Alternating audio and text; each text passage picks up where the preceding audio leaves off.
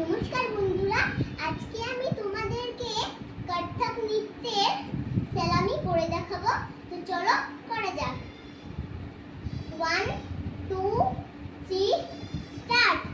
দিক ধা দিক দিক দিক ধা দিক দিক থে আ দিক ধা দিক দিক দিক ধা দিক দিক থে আ দিক ধা দিক দিক দিক ধা দিক দিক থে আ তাত তাত ধা ধিন ধিন ধা ধা ধিন ধিন ধা না তিন তিন না তে তে ধিন ধিন ধা সোম।